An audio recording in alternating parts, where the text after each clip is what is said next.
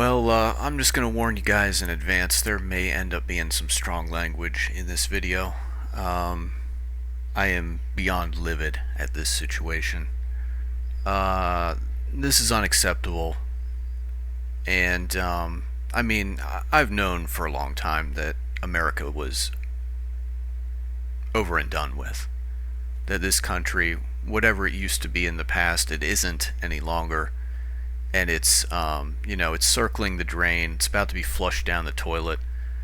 I've talked about this in other videos. America is Mystery Babylon. It's going to be civil war, and then in the midst of a civil war, while our nuclear command and control is disrupted, a coalition of Eastern powers is going to take the opportunity to wipe us off the map in just one day. And that's what Jeremiah 50 and 51 says. We've talked about all this, but I am an American.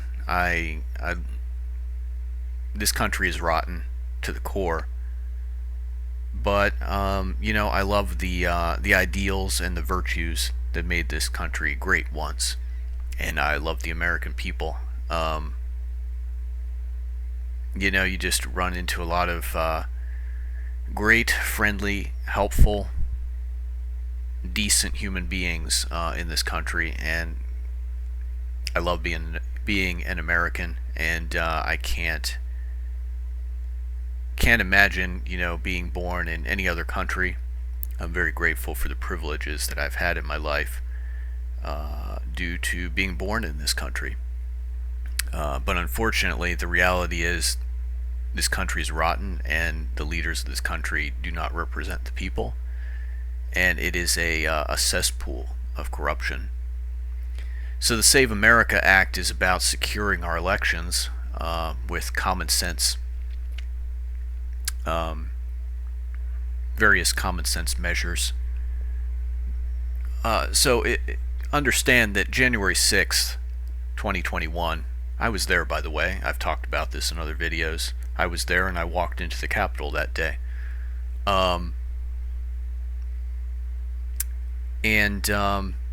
It was about protesting a stolen election. And I'm not going to go into all the details on that before. I know I've talked about it before. I'll just mention adjudication. Adjudication means that something has gone wrong with the voting machines.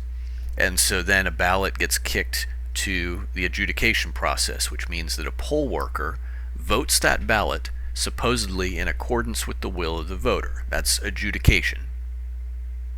So on C-SPAN, a public official said that in Fulton County, Georgia, 2020 elections, over 100,000 ballots have been adjudicated.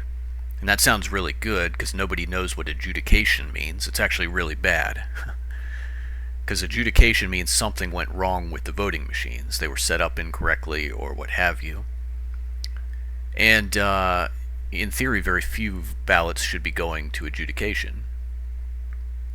The federal guideline is something like 0.0008% or something like that. It's infinitesimal. It's a tiny, tiny percentage.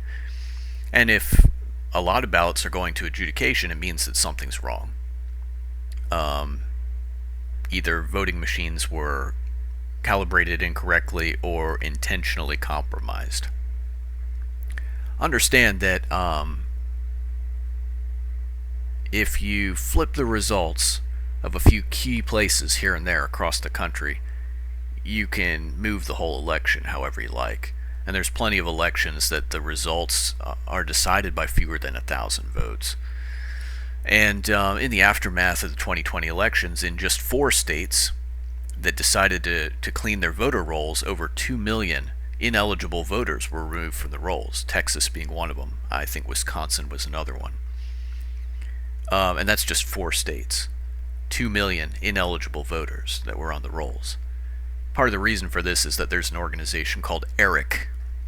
That's an acronym. It's a Democrat-controlled organization that dozens of states used to contract to clean their voter rolls, and ERIC was not cleaning voter rolls. See, this gave the Democrats access to the voter rolls, so they knew exactly how many ineligible voters they had to work with, how many ballots they could counterfeit, fake basically, and get away with it. And they didn't clean those voter rolls intentionally. Our government's a mess. Our voting system's a mess. In fact, there's no point in voting if we don't implement some common sense measures to restore the integrity of the process. And so that's what we were protesting. Going back to adjudication, there were districts in the U.S. where 35%, 65%, 85% of the votes were going to adjudication. And see, here's the thing. If you've compromised the poll workers who are doing the adjudication process, they can vote those ballots however they want. And coincidentally, in these voting districts where very high percentages of ballots were being sent to adjudication, there's supposed to be adjudication logs that show what the workers were doing.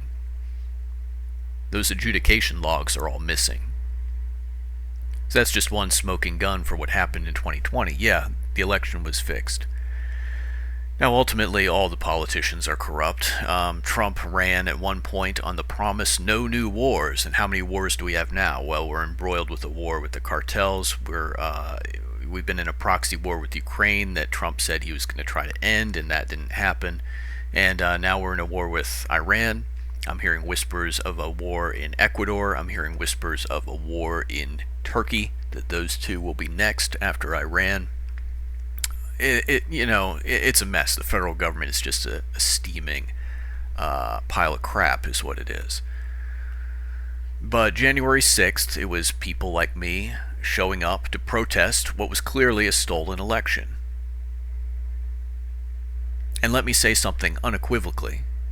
No one, not a single person would have gotten into the Capitol building if they hadn't unsealed those magnetically sealed doors. The place is a fortress. Those doors are steel. They're reinforced. Even the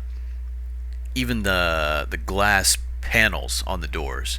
And by the way, the main doors, it's these relatively small little glass windows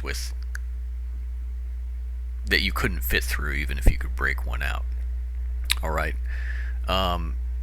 Unless those doors had been unlocked and opened, nobody would have gotten into the Capitol building.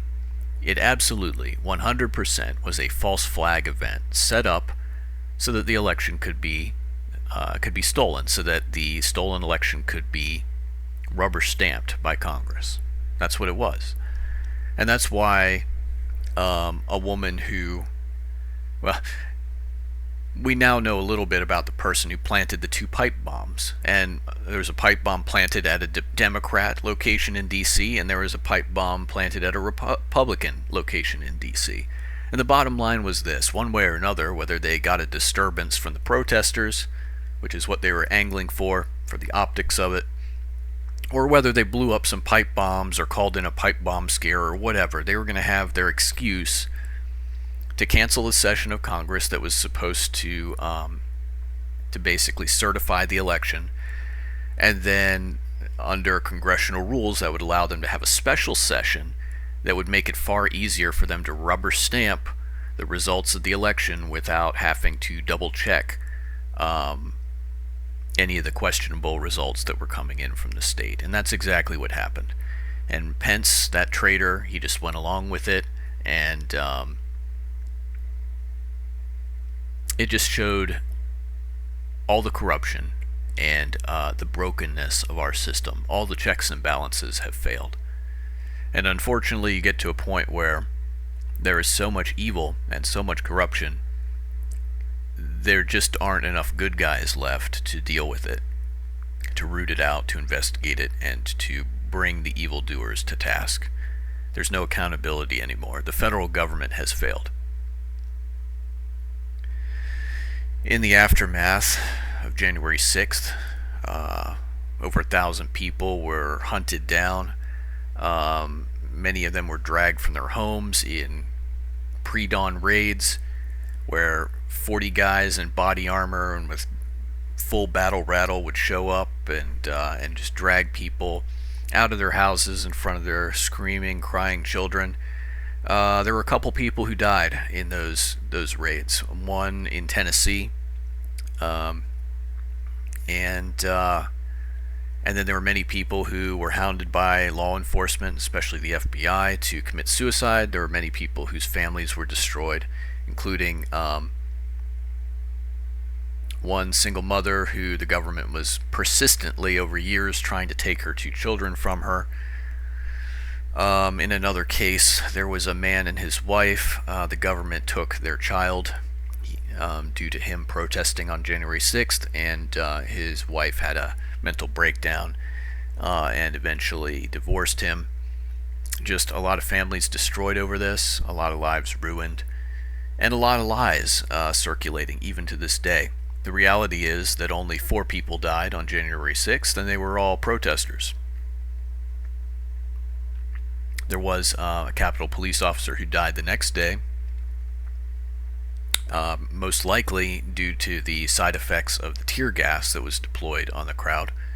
And by the way, the Capitol Police were pretty incompetent that day, and there were friendly fire incidents where they misjudged the trajectory of like tear gas canisters and things like that, and actually subjected themselves, their own people, to friendly fire.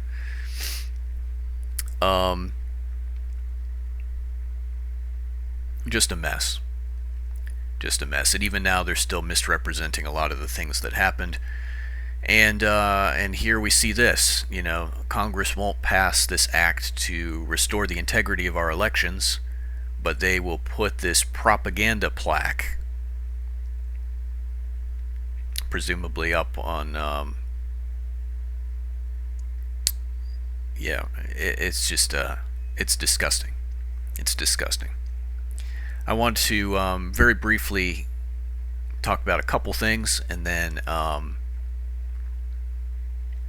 we'll just wrap up this video. But the federal government has failed us. America's gone. There's no more integrity to our elections. At this point, there's not really, unless something is done, and we're running out of time here before the midterms, there's no point in voting if there's rampant election fraud and millions of ineligible voters on the voter rolls. And as the Supreme Court determined during 2020, if I'm here in Tennessee and everything's being run just fine in Tennessee, but California cheats, Tennessee has no standing to contest the election and how it's conducted in California, even though those results are going to dictate how Tennesseans are ruled by the corrupt federal government. It's ridiculous. And the Supreme Court is just, it's fried. It's a cesspool. There's 1 or 2 good people left there, but the rest of them are compromised. You got John Roberts shows up on the Epstein logs. Whether it's that John Roberts or not, don't know, but whenever we need John Roberts to actually do his job and take a stand, show some spine for liberty and for American values, he kowtows to the communists pretty consistently. Anyway, I'm just gonna, I don't have the heart to read all this stuff verbatim. Anyway, they placed this plaque to commemorate the people who killed people during January 6th. By the way, the 2 individuals, well, we'll talk about this as we go forward here. Yada yada. By the way, this is bipartisan. It's funny how, Congress can be bipartisan for any scummy, crappy, backstabbing, dirty deals, but these people are spineless. The GOP, there are no real right-wingers in government. There are no real patriots. They're all just a pack of dogs. Unbelievable.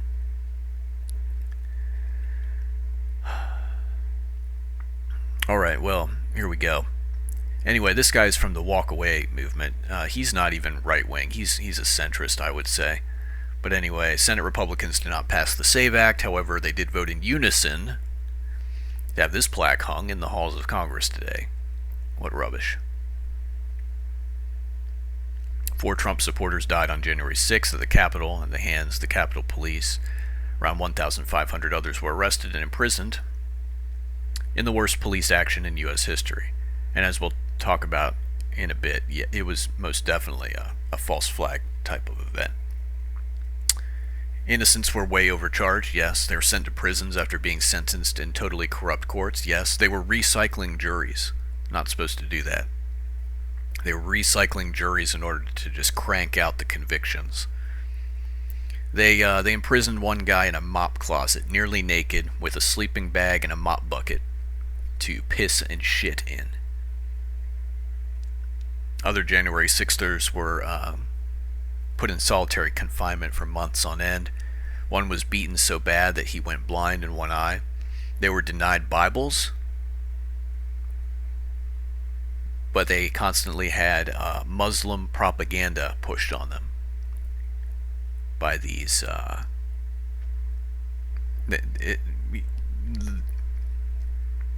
we call it, those of us who have looked into this, we call it the DC Gulag.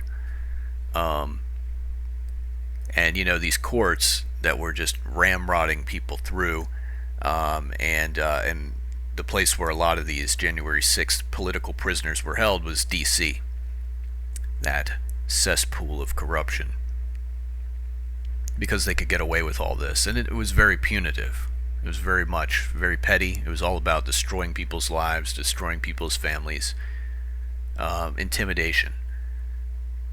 Definitely trying to make people think twice about standing up to our corrupt government, and understand that they charge people who weren't even present in DC just because they were loosely associated with various groups, including like the Proud Boys and other patriotic groups. Many bad actors were in the crowd that day, and many worked for the government. Yeah, over 200 plainclothes FBI agents. We're going to talk about that in just a moment. And the official story is that they were there for crowd control. That's a steaming pile of rubbish. They were there as agent provocateurs, is what they were there for. And I remember this quite clearly. There were people there who were hanging back. They weren't participating in, there were very few, relatively speaking, few people who were participating in nonsense shenanigans like trying to break stuff and things like that. But I noticed that there were definitely people hanging back, not doing that themselves, but they were yelling things like, break the glass, break the glass, tear the, break the door down, get the door open, stuff like that. Or, encouraging people to attack police officers and things like that. Agent provocateurs in the crowd. Now, I'm not saying that anyone who participated in violence that day is justified, definitely not. And I went, and I did no harm, I damaged no property, didn't injure anyone. And, anyway, let's continue. There's a picture of the people who were hunted down and persecuted for protesting a stolen election. 4 of these Americans died. Let's go here. Now, a lot of these organizations are leftist run anyway, or, basically propaganda to begin with, and I'll point out some things that are just plain wrong in this article. Anyway, AOC referred to the Capitol riot on January 6th as a terror attack. Almost 10 dead. She called for any member of Congress who helped plot it to be expelled.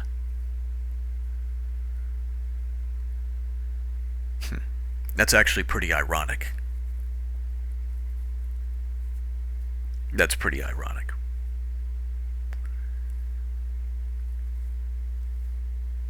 Almost 10 dead is deceitful in the extreme. 4 died on January 6th. They were all Trump supporters.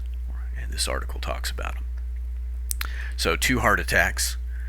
There are two gentlemen. These guys, yeah, both in their 50s.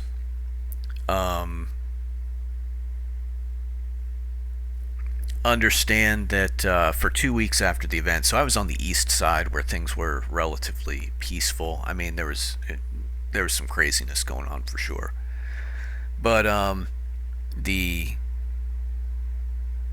yeah, they were deploying flashbangs and they were deploying tear gas and stuff like that. And for 2 weeks afterwards, the tear gas, I was not anywhere near the nonsense. All right, I was not there to fight the police or anything like that. I was just there to protest a stolen election, and but I did catch enough of the tear gas that for 2 weeks I had sinus issues afterwards. I can only imagine the issues that you'd have if you were exposed to that on the front line of things where it was most concentrated. And I think that these heart failures probably, including Brian Sicknick, who was a Capitol police officer who died the next day. So some people said that he was beaten to death with a fire extinguisher. That is incorrect. Didn't happen that way. He actually is on camera finishing his shift after the protest. And then he passed away the next day. And then these two guys, Kevin Greason and Benjamin Phillips, died of heart-related things, probably exacerbated. It was extremely cold that day, painfully cold. I remember that vividly.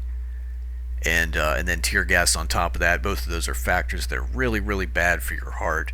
These guys were, I think, from the pictures I saw, carrying some extra weight. Again, another risk factor. And then it was a stressful situation. Capitol Police were intentionally doing things like targeting the elderly and vulnerable, trying to stir things up. It was just a whole mess.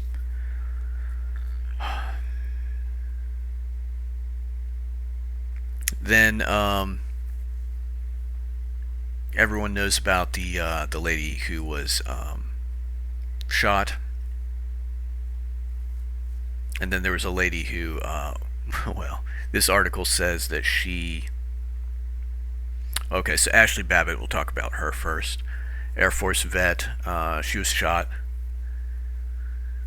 and I'm going to be honest. She was doing stuff that she probably shouldn't have been. There have been numerous protests in the past. Joe Biden actually admitted that he had participated in one when he was younger, and then the Kavanaugh hearings. That would be two examples where Democrats were actually swarming the Capitol in protest. So this was not something that had never happened before.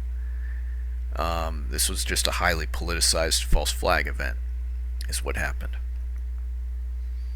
And Babbitt had gone farther into the Capitol than it was wise to do. So I went into the Capitol and I just went into the rotunda. And I was there for a little while and then left pretty quickly. I didn't try to, I was there to just make my voice heard, protest a stolen election.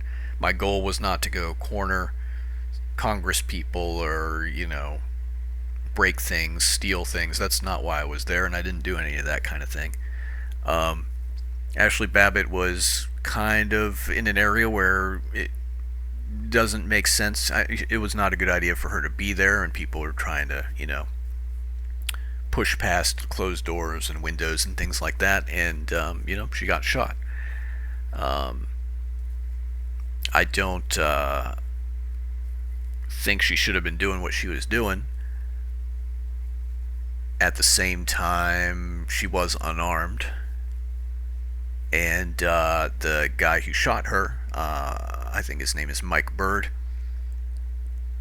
incompetent buffoon, who on one occasion left his loaded sidearm in a Capitol bathroom,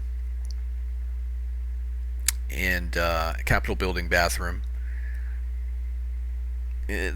Just an idiot who had no business having a firearm, or the position that he had. And I don't know what went through his mind. if he panicked and lost his cool. The man was only, probably 2.5 times her size, and she's on the other side of a barricade when he shot her. It's not like he was threatened or anything like that, and he was decorated by Congress after that for executing an unarmed woman. That's our government for you. It's funny, I remember some of the quotes in the aftermath of January 6th. They talk about how the Capitol building was like a sacred, holy temple of democracy or some rubbish. It's a filthy septic tank of corruption is what it is. And, if the Russians leveled Washington, D.C. tomorrow, they'd be doing the American people a favor, in my opinion. But then there's this gal, and this I do want to mention because Miss Boyland, what's her first name? Rosanne Boyland. So, according to this, she died in a crush of fellow rioters, and then they're saying acute amphetamine intoxication because she was on like ADHD medication or something like that. And so, all these leftist outlets are blaming her death on an addictive drug, yada yada. No, what actually happened was she was unconscious, and then she was beaten while unconscious. There was someone else there too. Well, I mean, there's a lot of things going on. She was probably trampled. She was there with another guy. I don't know if he was her boyfriend or not, but he was there with her too, and he was, I think, beaten unconscious as well, and basically when he came to his senses, she was dead. At one point he saw that she was unresponsive, and he was trying to get to her, trying to get her out of there, and then I don't remember the exact context of what happened, but he was incapacitated himself, and then by the time that he was in control of his faculties again, she was dead. But the reality is that a Capitol Police officer named Lila Morris was beating her while she with a billy club while she was unconscious. That's not acceptable behavior either. We'll just watch this real quick. New details about the death of Rosanne Boyland, who died on January 6th, seen here. New details from the Epoch Times with an exclusive saying that January 6 body cam videos show D.C. police officers assaulting the unconscious protester. Still frames show Officer Morris hitting Miss Boyland 3 times with a stick, right here, once in the ribs and 2 times in the head. D.C. police reviewed the matter, said Officer Morris acted appropriately and that none of the allegations were substantiated. After the injuries during resuscitation efforts, Officer Morris can be heard on camera saying, "Is he dead?" But after a complaint was filed, everyone looked into it, and of course, they found that Officer Morris's actions were objectively reasonable. What do you think? Let me know in the comments below. New details about Officer Morris was also decorated by Congress. If you want to be recognized and decorated by Congress, killing unarmed protesters is the way to do it, apparently.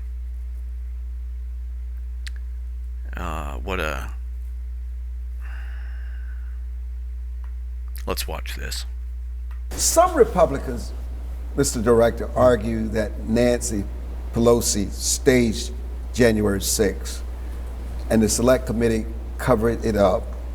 Based on what you personally know, what are the verifiable events in the lead-ups? And do you, I know you don't speculate, you just deal with facts. I'm in a unique position. Remember, I was Chief of Staff for the Department of Defense on January 6th. We were responsible for the deployment of the National Guard. And what I was forced to testify to years ago at great personal cost has now once again, just like Russiagate, been proven true, because all I do is speak the truth. On January, actually in the days before January 6th, we were in the Oval Office where the President Trump at the time, authorized, pursuant to law, up to 10 to 20,000 National Guard. We took that authorization because the law's second part required a request from who? Nancy Pelosi and the Metropolitan Police and the mayor at the time. And what did they say? No. And remember what happened for the next 2 years? They say, oh, Cash is lying, Trump's lying. And what did we find? Letters of their declination of the National Guard, refusing to have the National Guard show up. So all I can speak to is the facts, and the facts are those plus this.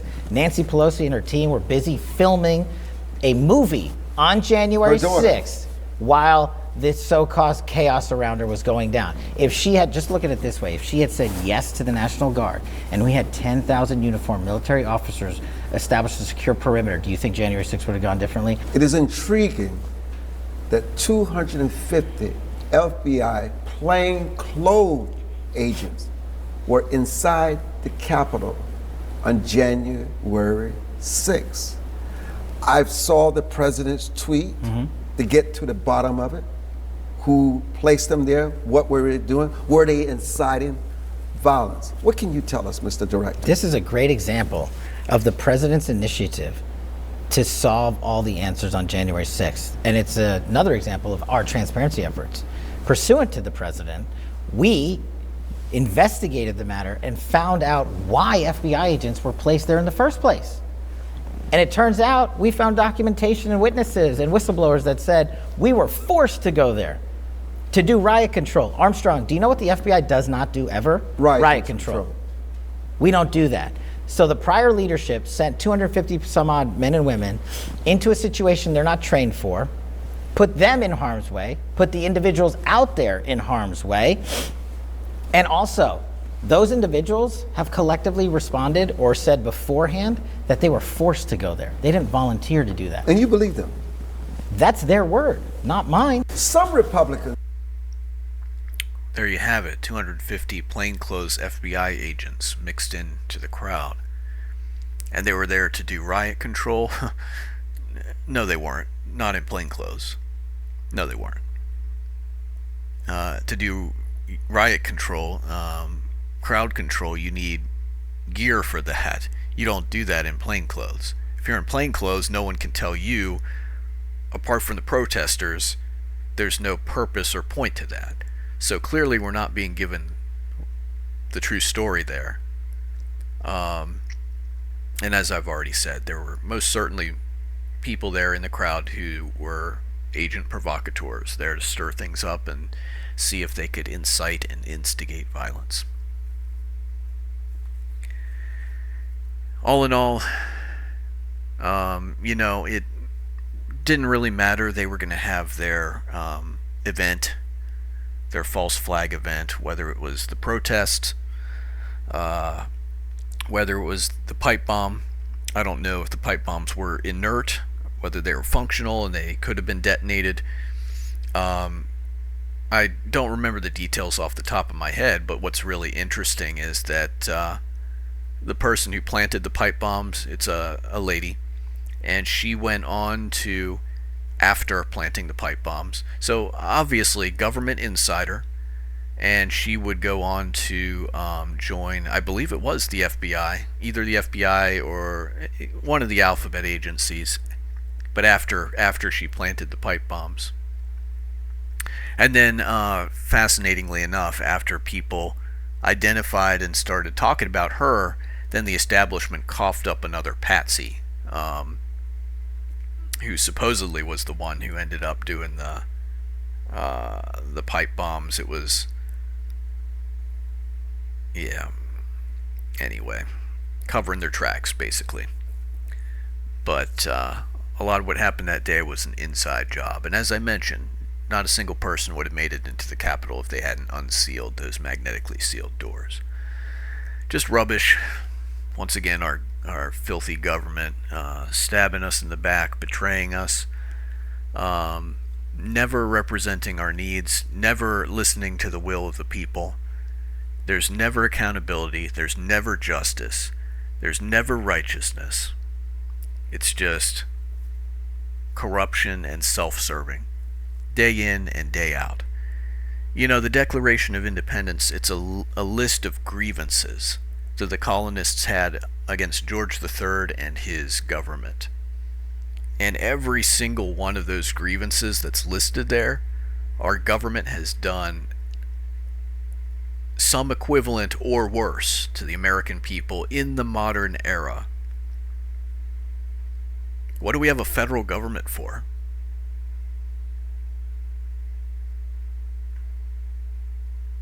Hell if I know.